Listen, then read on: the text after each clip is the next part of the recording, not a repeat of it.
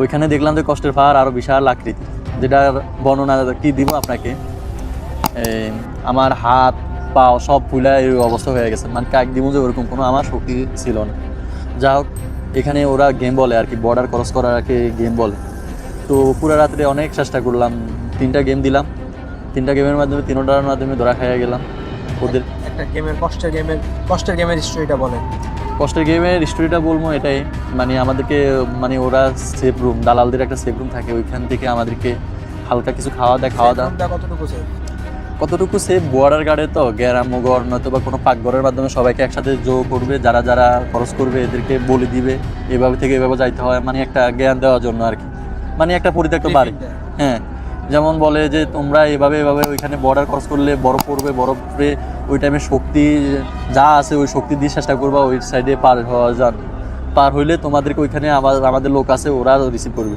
আসলে এগুলা ভুল, ঠিক আছে? এরকম কিছু উৎসাহ দেয়, উৎসাহবাণী কথা শোনায়, বলো যে পুরা যা কষ্ট করছো ওইখানে খরচ করলে আর কষ্ট করতে হইব না, ইত্যাদি ইত্যাদি। এগুলো বলি উৎসাহ দিল, হালকা কিছু খাওয়া দিল। ভাবলাম, তখন দেখতেছি 2-2.5 ঘন্টা এই পাহাড়ের গিরিপথ দিয়ে বর্ডার কাছে নিয়ে আসলো। আসার পরে ব্যক্তিতে দেখলাম যে মানে বর্ডার ক্রস করবো এমন টাইমে দেখতেছি তুরস্কের পুলিশ ফায়ার শুরু করলো। কেউ সবাই বিচ্ছিন্ন হয়ে গেছে, 200-250 মানুষ ছিলাম আমরা। বিচ্ছিন্ন হওয়ার পরে ব্যক্তিতে আমি সামনেও যাইতে পারতেছি না, পিছনেও যাইতে পারতেছি না, এমন প্রিপারেশনও পড়ে গেছে। সব দিক দিয়ে পুলিশ আমাদেরকে ধরছে। ধরার পরে ব্যক্তিতে আর কি করবো, এখানে আমি নিরুপায় হয়ে এখানে শুয়ে গেছি বরফের উপরে। আর পরিত্যক্ত মানুষের হয়তো সবার থেকে খাওয়ার ব্যাগ ছিল, ওই ব্যাগগুলো নিয়ে আমি এখানে শুয়ে আসছিলাম 3 ঘন্টার মতো। তারপরে ভাবছিলাম কোনো সারা শব্দ পাই নাই, যে দাঁড়াইছি, এমন টাইমে দেখতেছি যে তুরস্কের পুলিশ আমাকে ধরে ফেলছে। ধরে আমার মোবাইল একটা নিয়ে নিছে আমার থেকে $300 ওই টাইমে পাইছিল। $300 মাধ্যমে ওরা হাতাহাতি করা শুরু করছে, মানে $300 নিয়ে গেছে। একটা ডলার আমার থেকে কখনো আছে, ওটা অর্ধেক কখনো আছে, মানে এটা স্মৃতি হিসেবে রেখে দিছি, কখনো যদি হয়তো মনে হলে এটা বার করি আর কি। যা হোক, ওই বিষয়ে আসি। পরে প্রেক্ষিতে আবার আসার টাইমে আবার অন্য গ্রুপের সাথে চাইছিলাম আমি বর্ডার ক্রস করা, যেহেতু আমার উদ্দেশ্য হলো আমার তুরস্ক যাওয়ার। যেহেতু এই পথে আসছি, বিভ্রান্ত হয়েছি, শরীর কুলাইতেছে না, অন্য এক গ্রুপের সাথে আবার গেম দিলাম, যাকে গেম বলে আর কি। ওইখানেও সেম কাহিনি, দাওয়া খাইলাম, অনেক হরানির শিকার হয়ে সকালে আসি যে কোথাও থাকবো ওরকম কোনো আশ্রয়ের পাই নাই। হাতে পায়ে দড়িয়ে একজনকে হয়তো $100 দিয়ে বললাম যে আমাকে একটু থাকার জায়গা দে। আমি খুবই ক্ষুধার্ত, এমনকি আমি খুবই ক্লান্ত, আমি আর হাঁটতে পারতেছি না। তো ওই লোকটা $100 নিয়ে দয়া হলো, 10 মিনিটের মতো আমাকে একটা মানে পরিত্যক্ত ঘরের মাধ্যমে থাকতে দিছে। তো এই শরীর ক্লান্ত ছিল, তো ওইখানে আমি ঘুমাই গেছিলাম। 10 মিনিটের ভিতরে দেখতেছি যে অন্য এক গ্রুপ আসে আমাকে মারধর করে বাইর করে দিছে। বাইর করে দিয়ে যাওয়ার পরে প্রেক্ষিতে ওদের বাসাও বুঝি না তেমন একটা।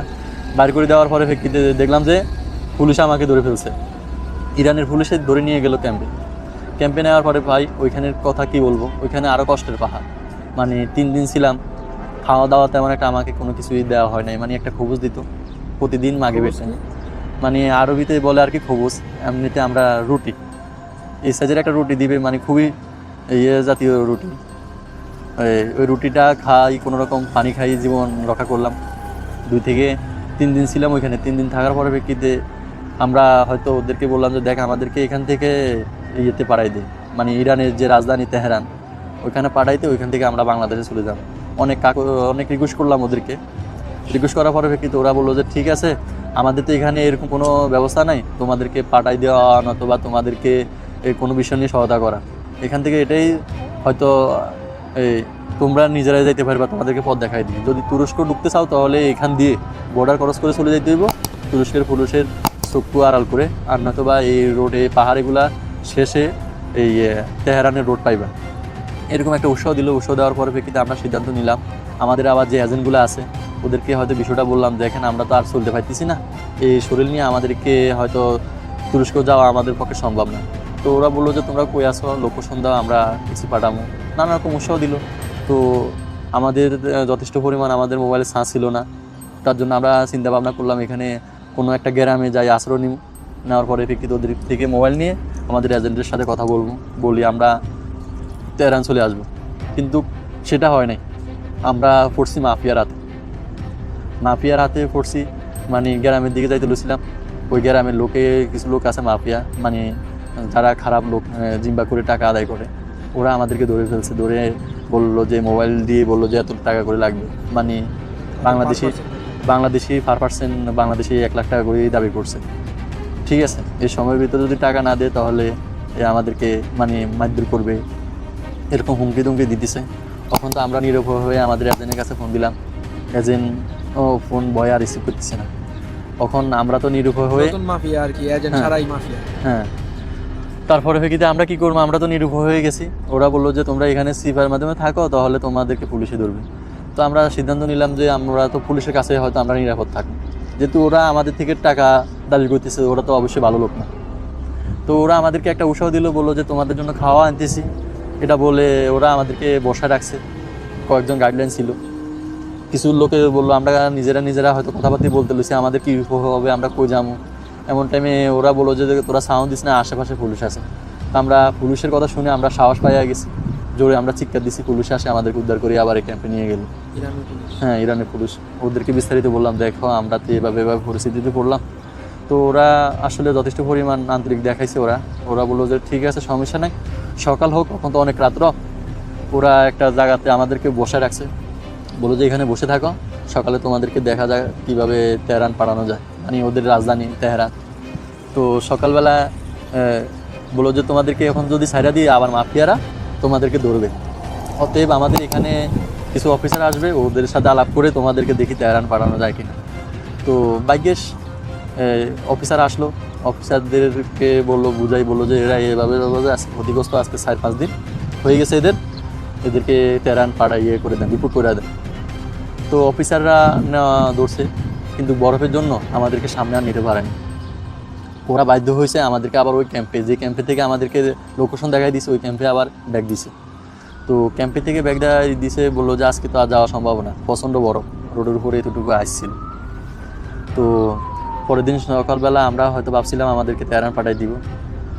রাত্রে 9টা থেকে 10টার দিকে ওরা কি করলো, ক্যাম্পে না পাঠায় আমাদেরকে তুরস্কের বর্ডার ক্রস করে দিয়েছে, বললো যে তোমরা তুরস্কে এখান দিয়েছো। হ্যাঁ, ওরা বর্ডার ক্রস করে দিয়েছে। হ্যাঁ, ওদের পাশে বর্ডারের লাইন ছিল, তো ওরা নিজেরাই 2জন ওদের সিপাহী ছিল, বড় অফিসার 2জন সিপাহী দিয়ে বললো যে এদেরকে বর্ডারে ক্রস করে দিয়ে আসে। তারপরে তো আমরা হয়তো আত্মবিশ্বাস পাইলাম, যা হোক আমাদের স্বপ্নের শহর যাইতেছি। আসার পরে ব্যক্তিতে দেখলাম যে এখানে তো আরও যত সামনে আসি ভাবছি হয়তো বিপদ হবে না, কিন্তু আরও বড় বড় বিপদ আমাদের জন্য অপেক্ষা করতেছে।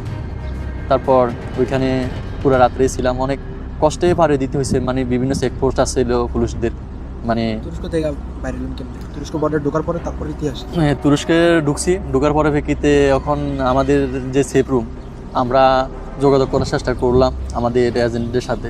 একটা গ্রামে যাই, বললাম যে আমাদেরকে মোবাইল দেওয়ার জন্য, মানে অনেক রাত্রে হয়েছে। তো গ্রামের ওই লোক হলো আবার ডঙ্গা, মানে ওরা বিভিন্ন এজেন্টের লোক আসলে ওরা রিসিভ করে হেরা আবার এজেন্টের লোক একটা কমিশন পায় হালকা, হেরা আমাদেরকে ওরা নিয়ে গেছে একটা রুমে। নিয়ে যাওয়ার পরে প্রেক্ষিতে ওদের হাতে পায়ে দিলাম, দেখ আমাদেরকে কিছু খাওয়া দে। হ্যাঁ, আমরা খুবই খিদার্ত, এমনকি আমরা খুবই ক্লান্ত। ওরা আমাদেরকে দেখেও বুঝতে পারছে আমরা যে আসলে 3-4 দিন নয়তো বা 5-6 দিনের অনাহার ছিলাম। তো ওরা খাওয়া দিল, খাওয়া দাওয়ার পরে ভিত্তিতে ওরা একটা সেফ রুমে নিল। দেখলাম যে ওইখানে আফগানি, পাকিস্তানি, বাঙালি, টোটালি অনেক মানুষ, মানে 300 থেকে 400 মানুষ হবে। ওদের একটা রুম আছে, গোডাউন, মানে ওটার মাধ্যমে আমরা যে ওই ছাগল রাখে যে ওইরকম ছাগলের জন্য ঘর করে রাখছে আর ওইখানে আনি লোক সবগুলারে ঢুকায়। তারপরে প্রেক্ষিতে বিভিন্ন এজেন্টের লোক থাকে, সমস্ত এজেন্টের লোক একসাথে নিয়ে আসে একটা শহরে, মানে বর্ডার থেকে আশেপাশে একটা শহর আছে, উয়াং শহর। তো ওইখানে নেওয়ার পরে প্রেক্ষিতে বিভিন্ন দালাল আছে, যে দালালদের লোক নিয়ে নেয়, বিভিন্ন সেফ রুমে নিয়ে নেয়। তো আমার কাহিনীটা হলো যে ওইখান থেকে মানে বাংলাদেশের যে প্রাইভেট কার একটার মাধ্যমে 14 থেকে 15 জন নয়তো বা হাইস্ট 20 জন পর্যন্ত ঢোকা সম্ভব, কিন্তু ওইখানে ওইরকম একটা মাইক্রোর মাধ্যমে 70 থেকে 80 জন মানুষ ঢুকে। হ্যাঁ, কীভাবে ঢুকায় সেটা আপনি বিবেচনা করুন, মানে নিঃশ্বাস যে নিমু। আমি ভাবছিলাম হ্যাঁ, মনে হয় যাদের হার্টের সমস্যা ওরা হয়তো